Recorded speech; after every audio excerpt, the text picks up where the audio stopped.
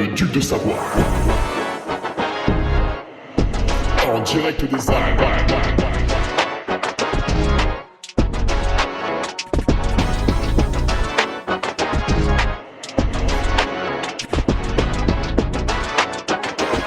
Le podcast de Hugo Ferrari.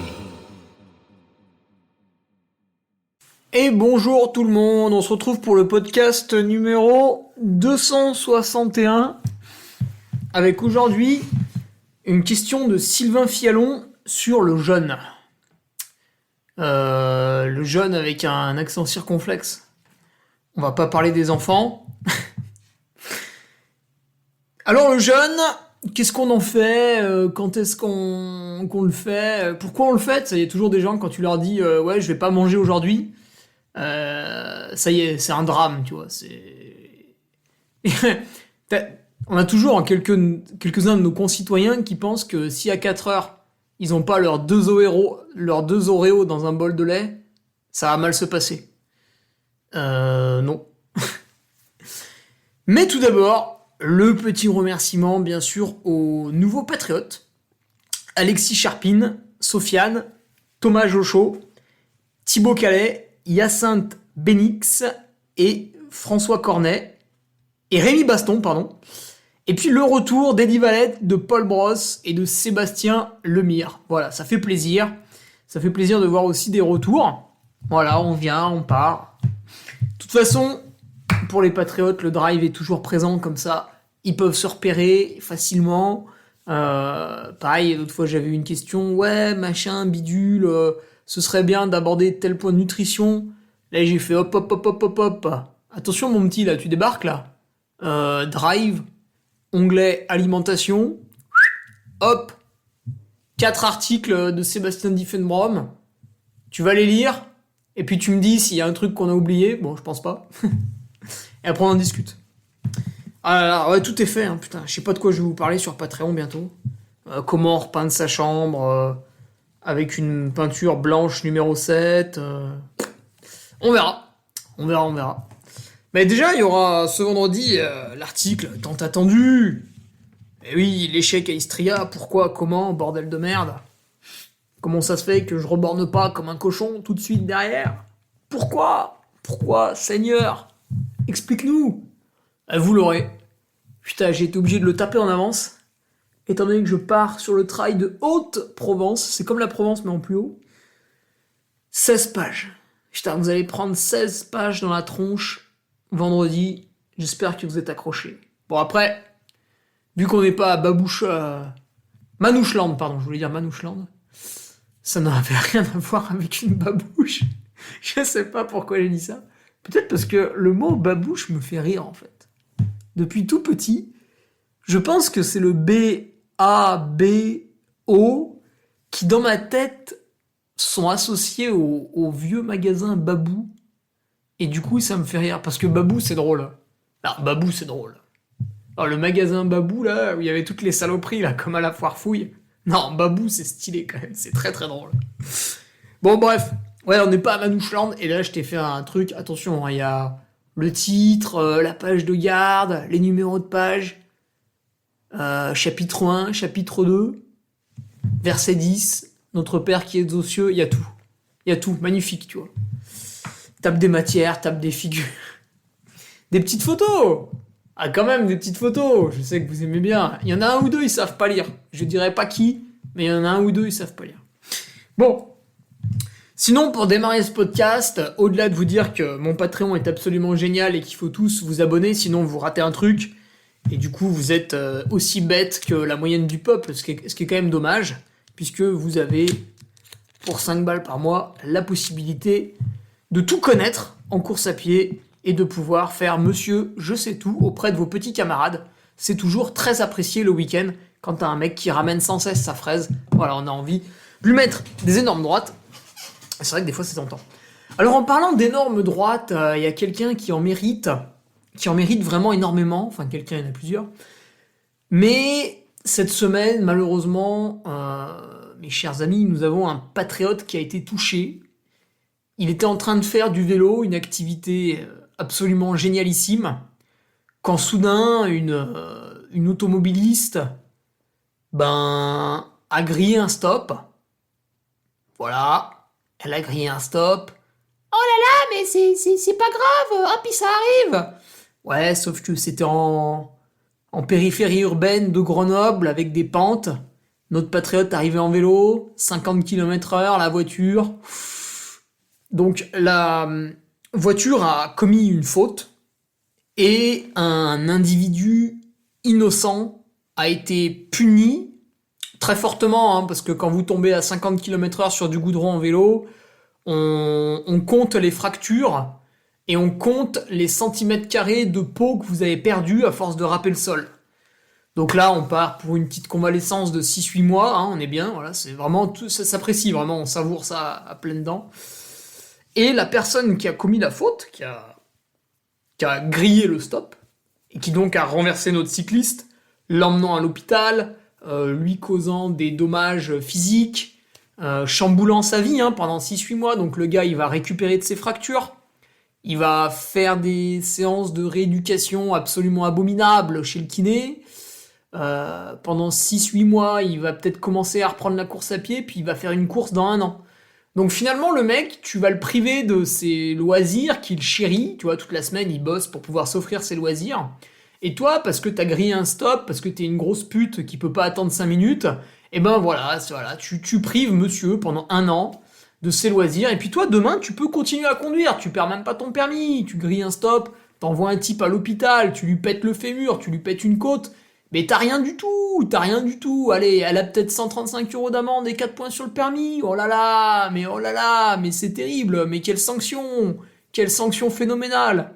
Voilà, donc vivement que l'essence continue d'augmenter, que vous ayez tous bien mal au cul à chaque fois que vous prenez votre voiture, que vous ayez l'impression qu'on vous saigne, ça vous fera du bien, vivement une petite décroissance là, que les mecs soient face à leur voiture qui font putain, qu'est-ce que je fais ce week-end? Je prends ma voiture pour aller faire ça ou je reste chez moi? Et l'autre fois j'ai fait du vélo de 11h à 14h, un dimanche. C'était le seul dimanche où je bossais pas.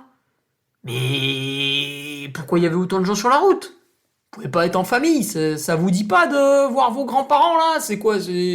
Vous les mettez à l'EHPAD et puis, Inch'Allah, c'est pas moi, c'est pas ma faute s'il est malade. Mais ta gueule, s'il meurt, c'est entièrement ta faute. Putain, tout le temps les bagnoles, tout le temps, le dimanche matin. Mais qu'est-ce que vous foutez? Le dimanche midi? Putain, mais tout le monde a des enfants, on pouvait pas faire un truc cool, genre manger ensemble le dimanche midi, faut systématiquement rouler. Putain, mais c'est quoi le truc, il est à 2 € le litre et bientôt on va le boire quoi.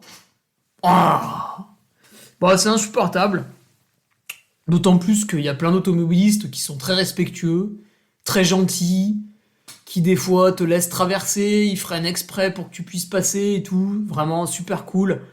Et une fois sur 100, tu tombes sur le gros connard, voilà, ça me gave. Ce matin, je suis encore passé en vélo dans Aix-les-Bains, excusez-moi de rentrer chez moi. J'étais sur la piste cyclable, j'emmerdais personne, c'est une piste cyclable qui allait tout droit. Il y a une voiture qui roulait, qui roule près de moi, j'en ai rien à secouer puisqu'il y a la piste cyclable, donc même s'il me passe à 50 cm, je m'en fiche. Vu que c'est admis que je suis sur ma piste et que lui il est sur sa route. Et là il y en a un, il a voulu tourner à gauche, le mec il s'est déporté, putain mais gros. Mais t'as une Twingo, t'as pas un smirmorque, t'as une Twingo. Mais la seule solution pour arrêter ça, c'est que je riposte avec un lance-roquette. Le mec il tourne, il bouffe la piste cyclable, je sors un lance-roquette dans mon dos, je tire. La voiture elle explose, il y a 15 morts à côté, tous les passants qui étaient sur le trottoir, hop. Voilà, c'est fini. Et là c'est bon. Le mec il a été sévèrement puni, il a été calmé. Il y a 15 gugus, ils avaient rien demandé, ils sont décédés quand même. Dommages collatéraux, Schwarzenegger, cinéma des années 80, magnifique. Et là, tout le monde a compris, il faut respecter un petit peu les cyclistes. Ouais, mais les cyclistes, ils grillent des feux rouges. Ouais, t'as déjà vu un cycliste qui tue un automobiliste? Non, l'inverse, c'est quand même un petit peu plus vrai. Alors, tu peux peut-être faire attention. Puis quand t'es dans ta voiture, t'es en train d'enculer la planète. Alors, putain, tranquille, quoi. Je sais, ça t'énerve quand tu vois un cycliste qui te double. Mais ça t'énerve parce que t'as envie de faire un concours de bites. Tu peux pas juste rester dans ton habitacle et fermer ta gueule. Hein? Quand c'est un type qui a 22 ans, qui fait 2 mètres et qui te fait une queue de poisson, tu le klaxonnes, le mec il sort, tu fais quoi? Tu fais caca dans ton slip. T'en mets partout. Tu pleures, tu te pisses dessus, tu le supplies de pas te tabasser. Parce que d'un coup, tu t'es dit, merde, je suis plus dans mon habitacle, en fait. Le gars, il va venir, il va exploser la fenêtre, il va me mettre une droite. Et bah, c'est pareil. Putain, la violence des gens au volant, mais c'est insupportable. C'est insupportable. Et là, elle grille un stop, elle envoie le mec 6 mois à l'hosto. Putain, mais c'est pas possible.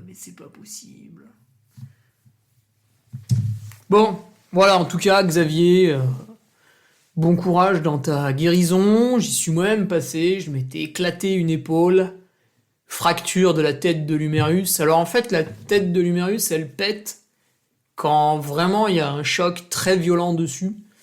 Et l'os, il n'y avait pas de trait de fracture, en fait, il avait éclaté en 1000 morceaux. Parce que je m'étais réceptionné sur l'épaule.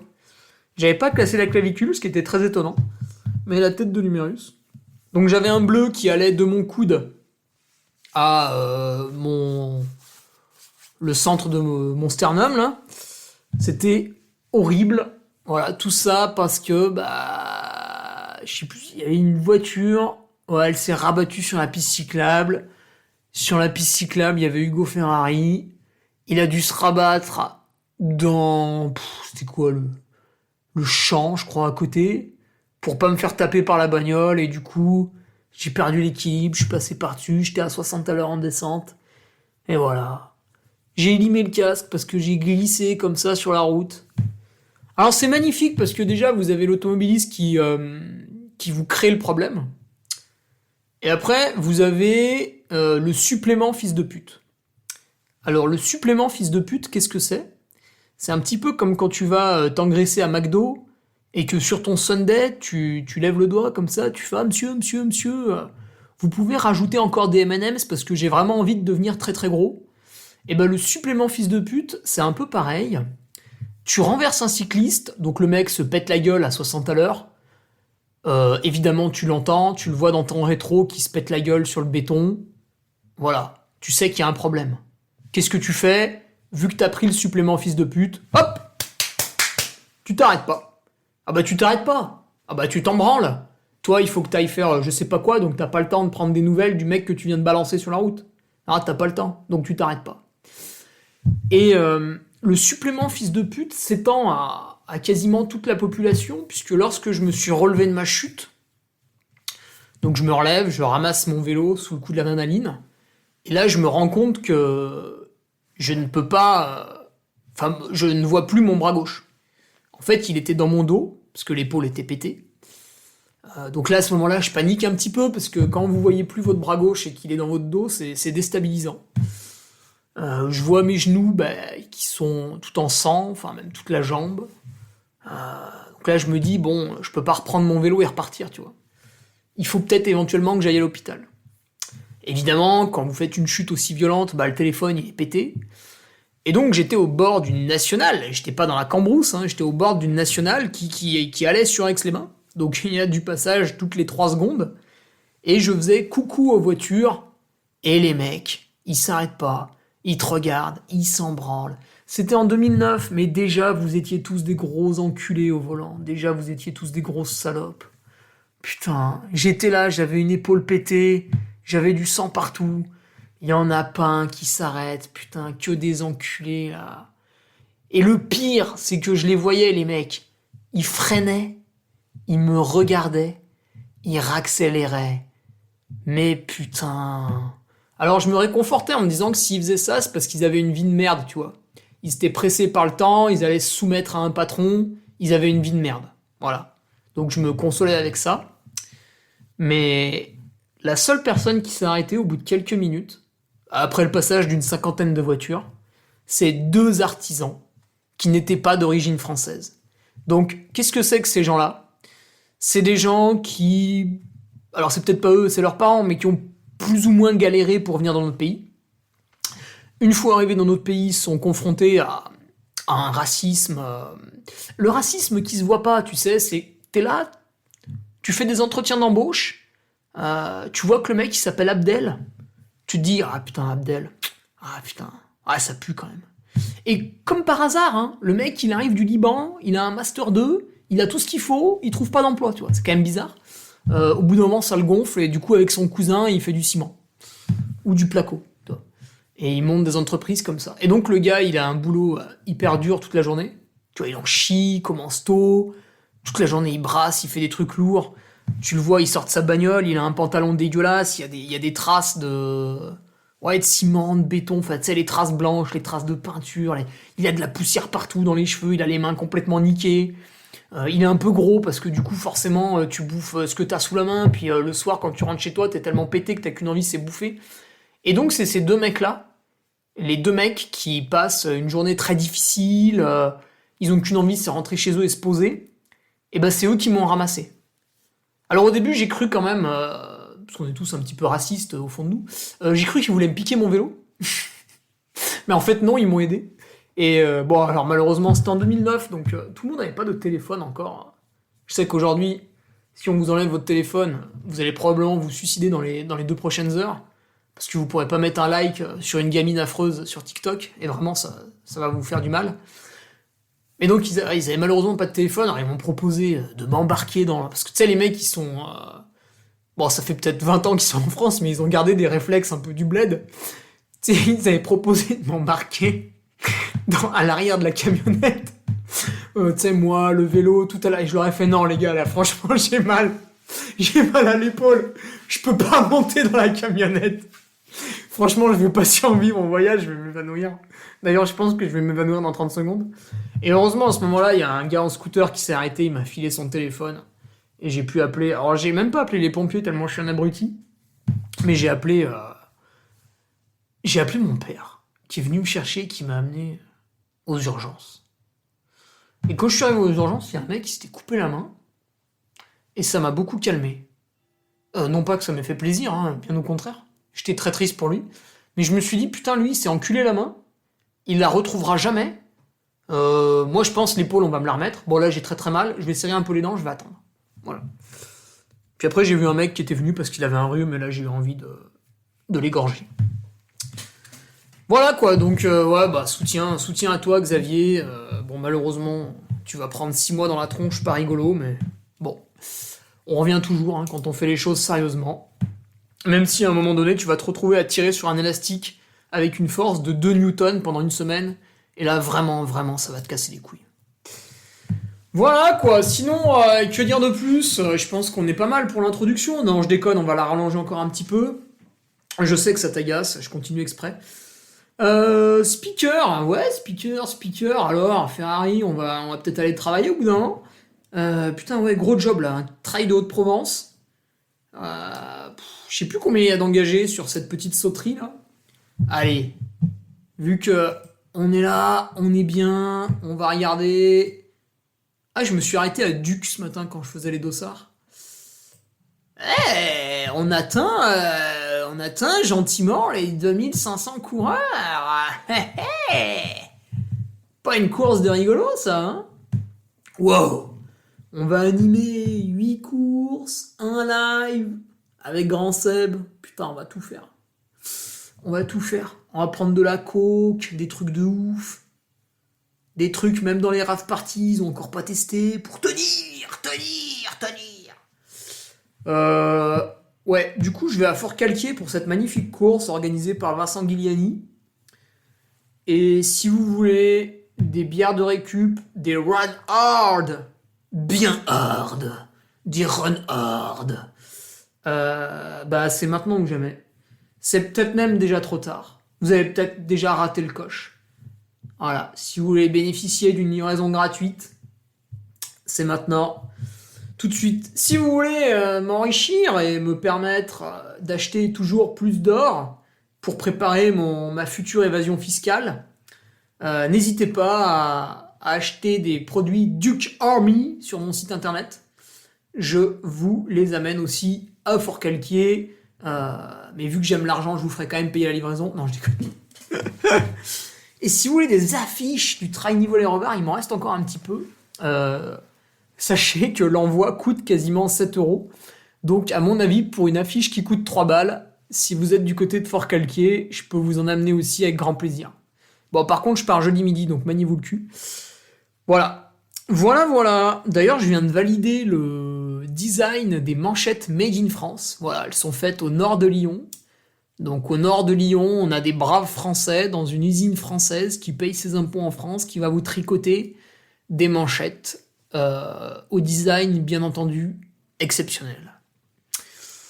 Voilà, puis d'un point de vue athlète, il n'y a absolument rien à dire, donc je pense qu'on va pouvoir passer au podcast. Voilà, 20 minutes d'introduction, 0 placement de produit. Je t'ai pas demandé de mettre 5 étoiles, je t'ai même pas demandé de liker, voilà, je m'en fous. L'audience monte toute seule, quoi. Ah là là, putain, ça devient difficile à écouter quand même certains podcasts. Hein. Quand vous avez l'instant pub qui arrive là, hop, l'instant pub là. Allez, vas-y, j'ai 10% là, achète. Ah oui, d'ailleurs, tiens, allez, on fait un instant pub. Ouais, vas-y, on pousse à 25 minutes l'introduction. Moi, j'ai pas de code 5%. Ah si, j'ai des codes 10%. Mais quand vous adhérez au Patreon, sachez que vous obtenez toute une palette de réduction chez mes partenaires. Putain, j'en ai même un, il fait 30%, quoi, le dingo. Ah, les mecs, ils vendent à découvert, quoi, incroyable. Ouais, 30%, 20%, après j'en ai 2-3, ils font 10%. T'arrives sur Patreon, le lundi, il y a une revue de presse. Alors le terme est un peu galvaudé en fait, parce que c'est pas une revue de presse, c'est Hugo Ferraille qui t'explique tout ce qui s'est passé en trail le week-end. Ça dure à peu près 10 pages à chaque fois. Je sais pas, qu'est-ce qu'il y avait lundi? Ultra Trail Snowdonia, championnat de France de course en montagne, Zegama, Valol Bayutembe, où on a quand même vu un mec attrapé pour EPO obtenir sa qualification pour l'UTMB, ça fait plaisir. Du coup, en août, début septembre, je pourrais battre un mec qui a de l'EPO qui coule dans ses veines. Alors, il s'appelle Gonzalo Callisto, c'est quand même pas très dur à deviner, pour ceux qui suivent l'actualité du trail depuis 2016. Et voilà, bon, bah, écoute, Gonzalo, vas-y, on revient avec plaisir, je manquerai pas de te mettre une petite tape dans le dos. Vendredi 1er septembre, vers minuit, tu vois, quand je te doublerai au lac Combal. Ça te fera du bien. Espèce de tricheur. Qu'est-ce que je voulais dire, déjà ? Ah ouais, voilà, vous arrivez le lundi à la revue de presse, bam, direct, une image qui vous agresse, une image de moi, bien sûr, parce que je rappelle que c'est une dictature, le Patreon. Donc, comme Joseph Staline, notre maître à tous, hop, photo de moi partout. Le buste, bientôt. Atelier Missor, RPZ. Et sur ma photo, vous avez tous les codes, là, clac. Voilà. On a même réactivé le code du panier à café. Ils sont gentils quand même, c'est une toute petite entreprise, les mecs qui vous filent un petit code promo. Oh là là, on vous régale. Hein. J'ai même mis des codes d'entreprises qui ne sont pas mes partenaires. Tu vois, tellement les gens ont envie de donner sur Patreon. Voilà. Voilà quoi. Voilà. Qui fait ça ? Non, je pose la question. Bon, vous répondrez plus tard. On y va pour le podcast. Oh merde, 23 minutes, on n'a pas fait 25 minutes d'introduction. Ah bah attendez, je vais caresser le chat. Non, je déconne. Alors ouais, le podcast, le jeûne. Ouais, le jeûne. Alors pas le truc intermittent, parce que ça sert à rien, c'est vraiment un truc de youtubeur. Donc le jeûne intermittent, on t'explique que tu manges pas le matin, ça y est, tu deviens Superman. Évidemment, c'est grotesque. En fait, j'ai déjà expliqué le principe du jeûne intermittent. Quand vous êtes influenceur et que vous avez rien à raconter, parce qu'au bout d'un moment vous n'avez plus rien à raconter, vous vous mettez à parler du jeûne intermittent. Le jeûne intermittent m'a permis d'allonger mon sexe de 3 cm. Le jeûne intermittent m'a permis de sauver mon bébé de la noyade. Le jeûne intermittent ceci, cela. Donc quand t'écoutes les mecs, le jeûne intermittent, c'est incroyable, c'est un truc de ouf, voilà. Et puis, toi, tu manges le matin, t'es un trou de balle, quoi, tu vois, t'as rien compris. Alors qu'en fait, il te parle du jeûne intermittent pour essayer de te faire quelque chose de très facile. Parce que tout le monde se lève le matin et t'as pas très faim, il faut se doucher, s'habiller, aller au travail, enfin voilà, je caricature un petit peu, mais globalement, on fait tous à peu près ça. Donc le matin, t'as une petite routine qui s'enchaîne assez vite. Tac, t'arrives au boulot vers 7h30, 8h pour ceux qui bossent et 9h pour ceux qui glandouillent un peu. Et Et du coup, tu bosses. Alors, si t'es dans un bureau, bah évidemment, t'as pas faim parce que tu fais rien. Et vers midi, tu vas manger. Et du coup, tu fais du jeûne intermittent et c'est pas dur. Alors que dire à quelqu'un, ouais, pour pas grossir et pas ressembler à un mollusque, tu vas arrêter d'aller au resto dans la semaine. Et là, le mec, il fait, ah ouais, non, mais c'est vachement difficile, t'es psychorigide, c'est presque du nazisme, le bruit des bottes, les heures sombres, tout ça, tout ça. Non, en fait, je t'ai juste demandé de manger du riz basmati avec des courgettes que t'as cuit à la vapeur la veille dans ton cuit vapeur Seb. Voilà, je fais un peu de pub pour Seb, parce que j'ai des actions chez eux, donc faites monter l'action, s'il vous plaît. Un petit poisson, pareil, hein, tu peux le mettre dans ton cuit vapeur, Seb, hein, encore une fois. Et puis tu mets un petit filet d'huile d'olive, tu mets tout ça dans un tupperware, tu manges le midi, tu saupoudres de levure de bière, tu mets un petit peu de moutarde, tu mets un petit peu de poivre, un petit peu de sel. C'est hyper simple, c'est hyper sain, c'est plutôt bon, voilà. Et quand tu dis ça aux gens, en fait, c'est dur. Tu vois, tu passes pour le connard, tout ça. Alors que quand tu dis aux gens, ouais, vas-y, mange pas le matin, puis après, Zartek, tu fais n'importe quoi, tu surcompenses à midi, donc le matin, t'as pas bouffé tes 1000 kilocalories, du coup, le midi, tu te mets 2500 kilocalories dans la gueule. Alors là, le mec, il va au resto, il fait péter un burger, une profiterole en dessert, il touche les fesses de la serveuse, enfin, c'est la folie, quoi. Et non, mais non, c'est pas ça. En fait, quel est l'avantage du jeûne intermittent sur un petit déjeuner correct? Donc un petit déjeuner correct, ça va être quoi? Bon, encore une fois, ce que je fais, donc prenez exemple. Enfin, pas tous les jours. Quand je suis speaker, je fais pas ça. Je n'y arrive pas souvent. Mais globalement, tu prends 2 œufs, tu prends quelques grammes de noix, suivant ta masse corporelle et ton activité physique, quelques grammes de fromage, alors moi j'aime beaucoup le roquefort, suivant ta masse corporelle encore une fois.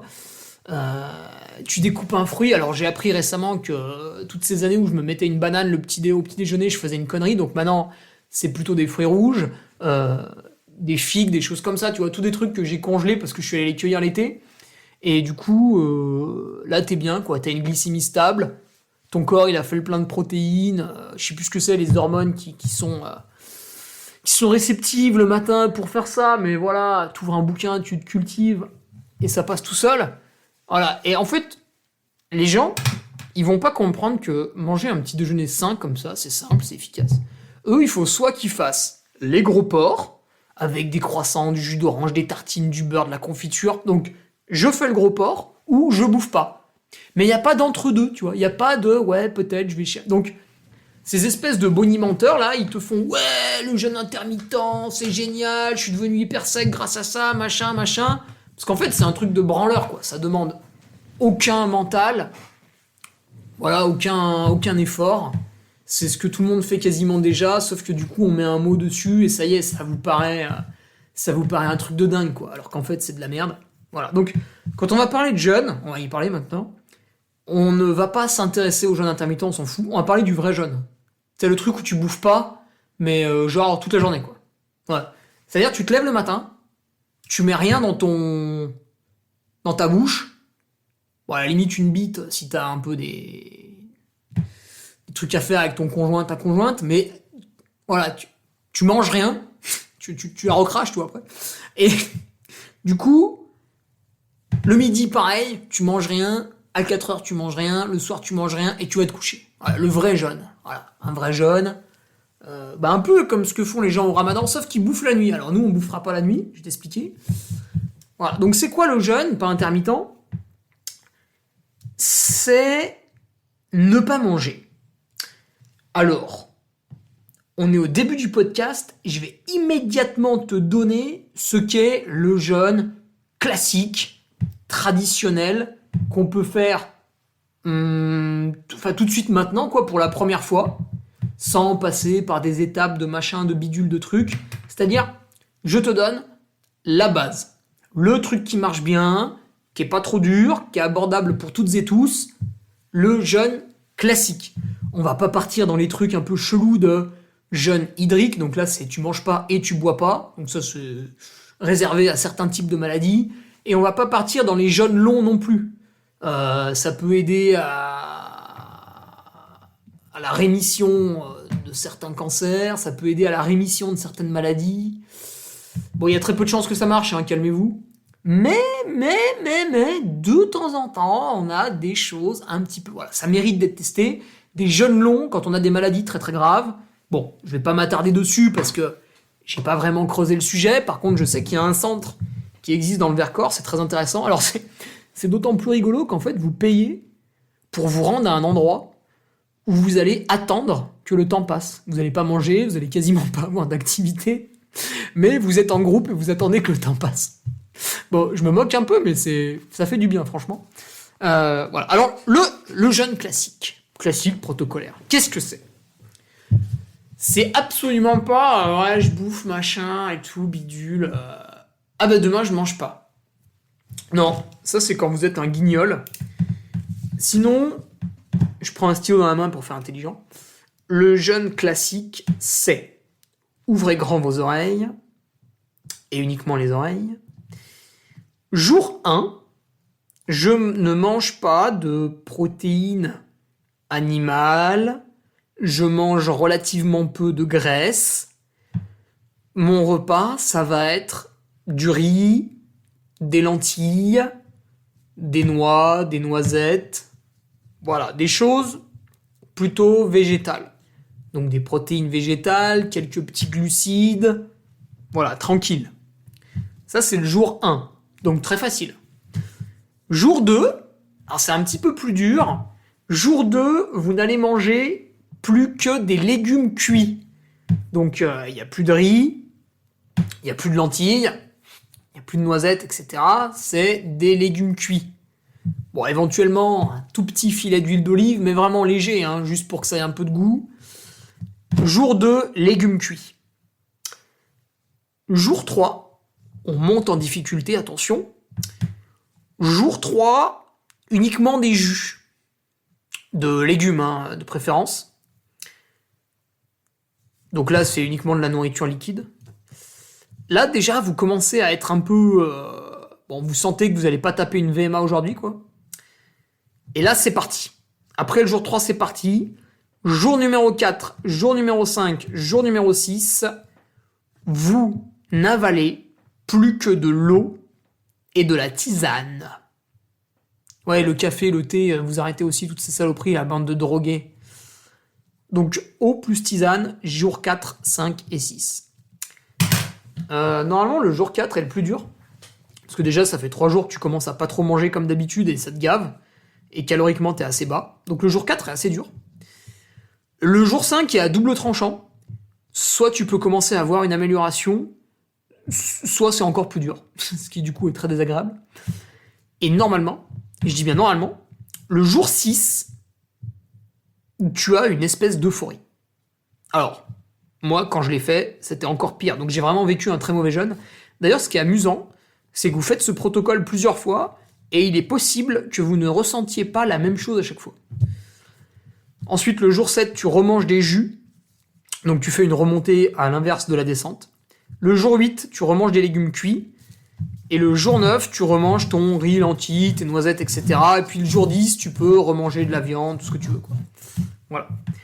Donc, pourquoi 3 jours ? Parce que c'est ce qui a été plus ou moins admis. Ça suffit à laver un peu les cellules, nettoyer ton corps. Alors je sais que pour pas mal de médecins, toutes ces paroles vont les faire hurler. Tu sais, c'est un peu... C'est pas équivalent à l'homéopathie, mais on n'en est pas loin. C'est-à-dire vous avez des médecins, vous dites homéopathie, et là le mec il hurle. C'est assez amusant comme phénomène à observer. Allez-y, hein, vous allez chez votre médecin, vous discutez et tout. Et d'un coup, quand il est en train de chercher un truc dans son tiroir, là, il a la tête baissée, il regarde sous le bureau, là, dans le tiroir, et là, vous faites « Homéopathie ! Homéopathie !» Et là, normalement, le mec bondit de sa chaise. « Quoi ? C'est du sucre ! C'est du sucre !» Ouais, gros, si tu veux, il y a quand même des gens qui observent des trucs cool avec, donc laisse-les tranquilles. S'ils sont contents. Allez, toi t'as ton Doliprane, eux ils ont leur sucre, c'est pareil, chacun son truc. Il y a la team Doliprane et la team sucre. Et chacun sa team. Ouais, mais le Doliprane ça guérit. Ouais, bien sûr. Alors, pourquoi 3 jours ? Bon, voilà, c'est ce qui est plus ou moins admis. Après, quand vous faites plus long, bah, si vous y arrivez, c'est cool. N'empêche qu'au bout d'un moment, on dira ce qu'on voudra, il y a quand même un stress sur le corps. Et déjà, si vous faites 3 jours, c'est bien, c'est une bonne base. Si vous avez fait une fois 3 jours, 2 fois 3 jours, enfin, ça vous occupe 9 jours hein, quand même. Bah, rien ne vous empêche la prochaine fois de faire 4 jours, de jeûne, 5 jours, etc. etc. Mais 3 jours, on a le reset, c'est parti. Alors, on a le reset mental, je vais y venir. Quel est l'intérêt de ne pas bouffer pendant 3 jours? Tu vas me dire, mais c'est quand même bizarre. Moi, depuis que je suis petit, tous les jours, je mange. J'ai tout un tas d'activités, du coup, je bouffe. Tu dis, ah bah oui, c'est normal. C'est tout à fait légitime. Donc, selon la science, et oui, la science, rendez-vous compte, peut-on la remettre en cause? Mais qui sommes-nous pour la remettre en cause? Pendant le Covid, on nous a dit qu'il fallait croire en la science. C'est un peu comme Jésus. Il faut croire en lui, tu vois, on l'a jamais vu, on sait pas trop ce qu'il fait, mais il faut imaginer qu'il est par là et qu'il nous protège, tu vois, comme la science, donc on sait pas ce que c'est, mais il faut imaginer qu'elle nous protège, puis surtout il faut croire en elle. Donc dès qu'elle dit un truc, il faut pas la remettre en question. D'ailleurs, plus le temps passe, plus on a vu que la science n'était jamais remise en question. Bah oui, bien sûr. Il y a sans arrêt des trucs qui se contredisent, mais il faut croire en la science. Ouais, il faut croire en la science, mais enfin, il faut quand même réfléchir aussi. Donc, sur le jeûne, franchement, c'est léger. Bah, il n'y a pas vraiment de vraies études. Alors, si vous m'écoutez et que vous en avez, bah, donnez-les-moi, hein, franchement, ça me fera plaisir. Mais, pour caricaturer, encore une fois, pour aller vraiment à l'essentiel, évidemment qu'il y en a qui existent, il n'y a quand même pas un intérêt fou pour le scientifique autour du jeûne, pas parce que c'est de la merde, mais parce que ça ne lui rapporte rien. Il faut bien comprendre que le but dans ce monde, c'est de faire de la thune. Tout le monde veut faire de la thune. Là, vous qui m'écoutez, vous avez un travail. Bon, si demain je vous enlève l'argent à la fin du mois, vous y allez plus. Bon, ben voilà. Donc vous êtes là, comme tout le monde, pour faire de la thune. Et le scientifique, c'est pareil. Alors, il aime son job, hein. On fait pas, enfin, si tu veux, on fait caissier parce que voilà, on en a rien à foutre du travail, on veut juste taper un petit salaire à la fin du mois, payer son loyer, kiffer un peu le week-end, puis voilà, tranquille. Mais on fait scientifique parce que on adore la recherche, la science, on a une soif de découverte exceptionnelle, incroyable, et du coup on fait scientifique. Bon, néanmoins, le scientifique, une fois qu'il commence à gagner un peu d'argent, il veut faire comme son collègue, s'acheter le nouveau SUV de chez Audi, puis après il nous raconte qu'il a trop de paperasse et c'est insupportable, il veut faire grève avec son Audi. Il veut une maison super grande pour sa famille, et puis avec sa femme, ils ont décidé d'avoir beaucoup d'enfants, ça coûte cher, voilà, donc il a besoin d'argent à la fin du mois. Du coup, le scientifique, il peut pas travailler gratuitement. Et à chaque fois qu'il travaille, ce qu'il aime bien, c'est que ça lui rapporte un peu plus quand même. Et du coup, faire des études sur le jeûne, ça l'excite pas trop parce que personne ne veut les financer. En fait, qui a intérêt à ce que les gens jeûnent? Personne. Les laboratoires pharmaceutiques n'ont aucun intérêt à ce que les gens jeûnent parce que imaginez que ça les rende en bonne santé. Quelqu'un en bonne santé, c'est quelqu'un qui consomme pas de médicaments. Le business s'effondre, c'est un petit peu emmerdant. Donc il faut surtout pas que les gens soient un petit peu trop en bonne santé. Il faut qu'ils soient plus ou moins en bonne santé, mais dès qu'ils ont un problème, plutôt que de leur dire « tu vas rester chez toi pendant une semaine et tu vas rien bouffer », viens mon petit pote à la pharmacie, j'ai du Doliprane. Tu sais, on dirait un pédophile avec des bonbons là qui vient vers les enfants là. T'as mal à la tête? Tu veux un Doliprane? En plus, vous qui m'écoutez là, vous faites du trail. Je suis sûr, il y a un mec, vous vous plaignez dans une course, j'ai des crampes, j'ai mal aux jambes. Je suis sûr, il y a un mec qui t'a dit, j'ai du Doliprane, t'en veux? Putain, ça deal du Doliprane. Ah, les bâtards. Ouais, du coup, les laboratoires pharmaceutiques n'ont absolument aucun intérêt à ce que tu jeûnes, puisque quand tu jeûnes, tu ne consommes pas de médicaments, donc c'est nul. L'industrie de la bouffe n'a aucun intérêt à ce que tu jeûnes parce que, tu l'as compris, quand tu jeûnes, tu ne manges pas. Donc du coup, tu dépenses moins d'argent, donc c'est emmerdant. Euh, L'État français, bon là je pense qu'on peut pas trop lui taper dessus. On va pas partir dans dans les complots des lobbies. Et du coup, le chercheur, en fait, s'il veut faire une étude sur le jeûne, personne va vouloir lui financer, tu vois.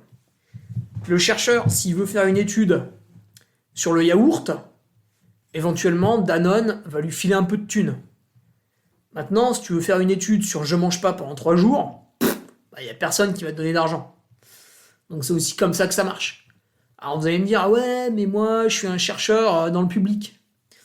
Ouais, mais du coup, tu fais ce qu'on te dit, tu fais pas ce que tu veux. Et ce qu'on te dit, c'est pas faire des études sur le jeûne. Donc, voilà. Évidemment, il y en a quelques-unes qui sortent de temps en temps, parce qu'il y a un passionné, il y a un acharné qui va quand même faire le job. Mais s'il y a 0 étude sur le jeûne et qu'il y en a 3000 sur le café, c'est parce que faire vendre du café, c'est cool, ça fait de la thune. Faire vendre, être assis sur son fauteuil et rien faire, c'est pas possible. Du coup, d'un point de vue scientifique, on va être un peu léger pour répondre à la question de qu'est-ce que ça fait le jeûne. Donc maintenant qu'on est emmerdé et qu'on peut pas y répondre avec la science, n'en déplaise à tous ceux qui ont des bacs plus 15, on va aller voir leurs amis naturopathes, qu'ils n'aiment pas évidemment, parce que pour eux c'est des tocards, alors que quand même, les types, je dis pas que c'est tous des Einstein, mais quand tu discutes avec un naturopathe passionné de son sujet, c'est toujours enrichissant. Bon, de temps en temps, il sort une connerie, mais globalement, son discours est plein de bon sens, de calme, de tact et de trucs naturels, et ça c'est cool. Parce que ton béton, en fait, au bout d'un moment, il me sort par les yeux. Mais par contre, j'aime beaucoup ton napalm, parce qu'éventuellement, il peut me servir à faire baisser la population pour faire baisser les émissions de CO2.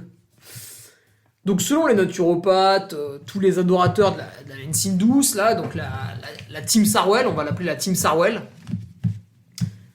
chère à Petit Pédestre, ce petit jeune là, ça va te faire une purge. Ça va te faire une petite purge. Alors comment t'expliquer ça sans passer pour un druide? Ça va faire un reset. En fait, et ce discours n'est pas con, tu vas voir, c'est logique.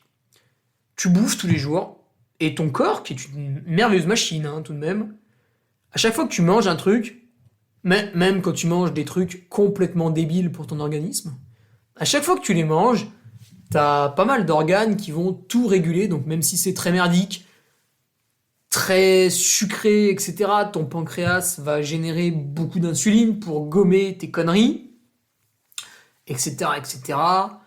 Si jamais tu manges pas trop pendant quelques temps, ton foie il va relâcher un peu de glycogène dans le sang pour que tu continues à avoir un peu d'énergie, etc., etc. Donc bref. Ton corps il est sans arrêt en train de bosser parce que t'es en train de manger, 1 heure après tu manges plus, 2 heures après tu remanges, etc. Donc il y a sans cesse des trucs qui arrivent dedans, et lui il gère, il bosse. Du coup, si tu manges plus, qu'est-ce qui se passe? Bah, t'imagines que t'as des employés, ils sont dans une usine, il y a une chaîne d'approvisionnement, les déchets arrivent, tac, on trie les sacs, hop, et putain, les déchets, ils arrivent, faut vite trier le plastique, les verres, tac, tac, tac, tac, on trie. Et au bout d'un moment, un jour, putain, il n'y a plus rien qui arrive sur la chaîne. Alors les mecs, ils sont là, les bras croisés, tu vois, ils se grattent un peu les couilles, et il y a rien, il y a pas de poubelle à trier, il y a plus rien. Et du coup, ils s'emmerdent.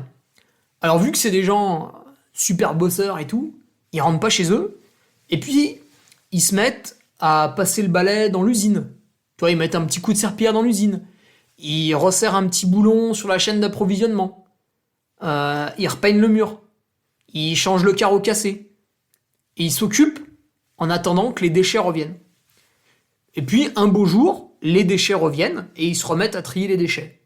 Mais en attendant, ils ont pu remettre un petit coup de peinture, passez-moi l'expression, sur l'usine. Voilà. Je trouve ce raisonnement très logique, simple et intéressant. Alors évidemment, on va pas faire des jeûnes toutes les semaines, mais du coup, on peut se dire, s'il y a un moment de l'année où je suis un peu en train de glander, parce que je suis en vacances, parce que c'est un moment où j'ai moins de taf, et c'est un moment où mes amis sont pas trop disponibles, donc je suis un peu tout seul, on peut s'amuser à jeûner. Voilà. Donc, l'intérêt, tu l'as compris, c'est que ton corps, d'un coup, il ait plus rien à faire, et ils se disent, attends, je vais regarder s'il ne reste pas un peu de poussière sous le tapis. Et du coup, il va nettoyer des endroits qu'il n'avait pas le temps de nettoyer avant. Et ça t'évite, alors je sais pas, moi, peut-être d'accumuler des graisses à un endroit où il fallait pas les accumuler. Pas trop. Voilà, peut-être du coup, il va déboucher une artère. Je pense que là, je raconte une énorme connerie, mais je sais pas, il va pouvoir faire plein de trucs qu'il faisait pas avant, parce que pendant 3 jours, en fait, il doit pas gérer la bouffe que tu mets dedans, parce que tu la mets pas dedans. Donc maintenant qu'on a compris que faire un jeûne de temps en temps, c'est plutôt cool, on va faire une vidéo TikTok à poil. Non, je déconne. On va regarder quand est-ce qu'on fait le jeûne. Oui, parce que c'est important. En fait, le jeûne, là, t'as vu déjà, il t'occupe 9 jours.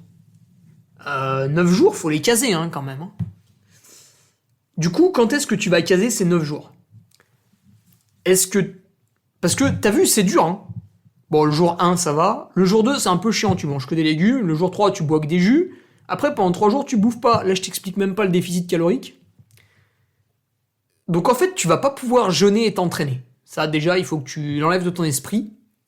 Donc, je réalise mes 9 jours de jeûne loin des gros entraînements et loin des compétitions. Parce que je vous vois venir, ouais, je me suis entraîné comme un malade. Là, je suis à 3 semaines de l'événement. J'ai fini mon dernier bloc d'entraînement à 3 semaines de l'événement. Et du coup, là, je vais faire de l'affûtage, je vais me reposer, donc j'ai pas grand chose à faire. Du coup, je vais jeûner. Non, surtout pas. Ce serait débile. Parce que ton corps, là, tu vas lui mettre un stress de ouf. Parce que, tu sais, la machine a beau être belle, solide, tout ce que tu veux. Quand tu vas rien bouffer pendant 3 jours, ça va lui faire bizarre, tu vois. Donc ça va un peu le stresser, quand même. Je te cache pas. Toi aussi, ça va te stresser, d'ailleurs. Parce que t'auras envie de l'enculer le placard, très très fort, tu vois. Mais tu pourras pas le faire. Donc voilà. Du coup, il faut le mettre loin d'un bloc d'entraînement et loin d'une compétition. Donc, on trouve immédiatement la bonne date. C'est la coupure. Voilà, coupure. Alors attention, souvent ce qu'on fait, c'est qu'on réalise la dernière course de sa saison. Donc ça se passe bien, ça se passe pas bien. Si ça se passe bien, on est très content et du coup on coupe avec beaucoup de plaisir. Tu sais, tu te retires en seigneur, tu vois. C'est toi qui as niqué la plus belle fille de l'université. Voilà, c'est bon, maintenant tu peux rentrer chez toi, béous papam. Ou alors à l'inverse, tu vis un échec, tu rates ta course et du coup tu te dis il est temps de couper et de se reposer. Dans les deux cas, tu démarres ta coupure juste après un pic d'activité physique intense. Du coup, c'est pas une bonne idée de commencer le jeûne maintenant. Moi, ce que je ferais, c'est tac. On va dire jour 1, pic d'activité intense. Donc, je fais une course. Le jour 1. Et ensuite, de jour 2 à jour 7, je me repose, je lis des livres, je regarde la télé, je vais au travail, je bouffe, je me fais un resto avec des amis, je vais à l'anniversaire de mon petit cousin, patati patata. Enfin, je vis, quoi. Je fais pas de sport parce que j'ai démarré ma coupure, mais je fais plein de trucs. Et ensuite, de jour 7 à jour 15, là je fais mon jeûne progressif. Parce que du coup, j'ai déjà récupéré un petit peu de ma course, donc mon corps n'est plus trop stressé, donc je peux lui imposer le stress du jeûne. Du coup, je finis mon jeûne à jour 15, prends des notes, prends un papier, un stylo là. Je finis mon jeûne à jour 15, je remange correctement jusqu'à jour 22, et jour 22, je peux reprendre une activité physique légère. Donc, j'ai fait ma coupure de 3 semaines sans sport, j'ai réalisé mon jeûne annuel, je peux reprendre le sport, direction la nouvelle saison sportive. Voilà, c'est simple, c'est efficace, ça mange pas de pain, passez-moi l'expression encore une fois. Voilà, que dire de plus voilà. Et alors je pense qu'il faut aussi voir le jeûne, ah oui, j'allais l'oublier, comme une introspection. Alors attention, là, on se lance dans les trucs des... Alors là, c'est gros Sarwell, là. Très très gros Sarwell. Guitare, Sarwell plus guitare. On se lance dans l'introspection, parce que quand vous êtes en train de jeûner comme ça, vous allez voir que vous êtes capable de faire quasiment aucune activité physique. Du coup, vous allez trouver le temps long. Vous allez vous faire chier, comme on dit traditionnellement. Et à ce moment-là, vous allez réfléchir à plein de trucs. Moi, par exemple, j'étais dans mon studio au Revard, donc à 1500 mètres d'altitude, tout seul. Et j'ai passé la journée du jour 5 dans un fauteuil à regarder ma fenêtre. Tu vois, je me suis mis dans la position de Germaine, 92 ans, en maison de retraite. Et ça m'a fait beaucoup de bien. Bon, parce que ça a duré une journée. Hein. Mais pour une fois, tu vois, tout est calme, il n'y a plus de bruit autour de vous. Voilà, c'est pas le bordel, on court pas partout. Alors oui, c'est vrai que j'ai oublié de le préciser, ce serait bien de faire le jeûne lorsque vous avez des congés. Faire le jeûne au travail, c'est difficile. Je pense que pour un premier jeûne, il vaut mieux poser ses congés. Et vous allez voir, c'est pas du temps perdu, parce que justement, c'est un temps calme. Voilà, c'est un temps où on fait une pause. Aujourd'hui, avec les smartphones, les iPhones, il n'y a plus de pause, faut tout prendre en photo, faut tout filmer pour l'envoyer à des gens. Alors déjà, ça pollue, hein, sachez-le. D'ailleurs, Mathieu Blanchard l'a dit dans un podcast, parce qu'il se justifiait de prendre l'avion, en disant, mais il n'avait pas tort, hein, en disant que l'avion représentait 3 ou 4% des émissions de CO2. Alors ce qu'il a oublié de préciser, c'est que seulement une toute petite partie de la population était responsable de ces 3 ou 4% d'émissions, donc c'est quand même très culpabilisant pour les gens qui font ça. Et puis la consommation de données sur Internet représentait une bonne douzaine de pourcents, puis ça augmente chaque année, donc ça va bientôt passer à 15%, etc. Alors déjà, il se tirait une balle dans le pied, parce qu'en fait, lui, niveau consommation de données sur Internet, il est aussi bon qu'avec l'avion. Mais du coup, ouais, c'est difficile de justifier... Bon, c'est une justification un peu bancale, mais il a pas tort. Je vous alerte quand même au niveau de la consommation de données. Et donc, ça fait du bien de passer 3-4 jours comme ça, à rien foutre, à pas trop toucher son téléphone. À la limite, vous avez qu'à appeler vos potes. Ça, c'est pas mal, mais pas en visio, ça, c'est un truc de guignol. Mais voilà, tu fais un petit appel téléphonique. Voilà, tu prends du temps pour toi, tu lis des livres. Ah, je sais que personne ne le fait, ça c'est chiant, mais c'est sympa aussi. Bon, voilà, bref. Donc c'est une période de repos, une période propice à rien foutre, hein, vraiment, pour de vrai, rien foutre. Ah bah si, appelez votre grand-mère, ça lui fera plaisir. C'est d'habitude, ça vous saoule, parce qu'elle vous parle de trucs qui vous intéressent pas, son chat, son jardin. Toi, tu t'en branles, en fait, tu veux payer le crédit de la Tesla, tu taffes comme un chien. Toi, tu t'en fous que le chat de ta grand-mère, il ait fait caca liquide la nuit dernière, tu vois, ça t'intéresse pas. Que son géranium, finalement, cette année, il a fané, quoi. Il a pas... La fleur, ça a pas trop marché. Toi, t'en as rien à cirer de son géranium. C'est toi qui lui as offert, mais t'as déjà oublié tellement tu t'en fous. Bah, du coup, c'est pas mal, ouais. Tu passes un coup de fil, tu restes 1 heure au téléphone avec elle. Tu vas boire le café chez elle, tu restes tout l'après-midi, un truc comme ça. Parce que mine de rien, dans pas longtemps, ça va décéder, quoi. Donc... faut en prendre soin. Voilà. Que dire de plus ? J'avais un truc à ajouter.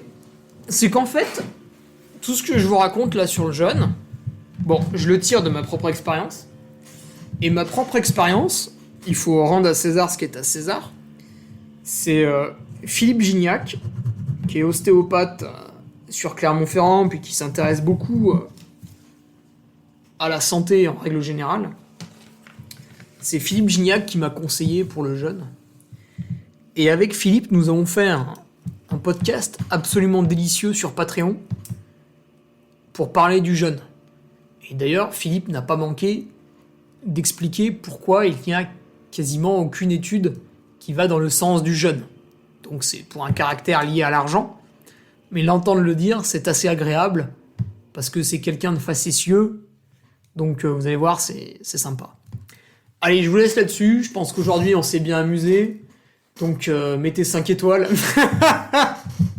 Non, je déconne. De toute façon, j'arrive même pas à le foutre sur Apple Podcast, alors vous pouvez pas mettre 5 étoiles. Ah si, vous pouvez mettre 5 étoiles sur Spotify. Mais j'aime pas Spotify. Moi, je trouve que c'est des connards. Donc, je m'en fous. Voilà. Non, je pense qu'on a bien rigolé aujourd'hui quand même sur le podcast. Ouais. J'étais bien en forme, tu vois. J'étais pas mal. Ça promet pour l'animation du Trail de Provence.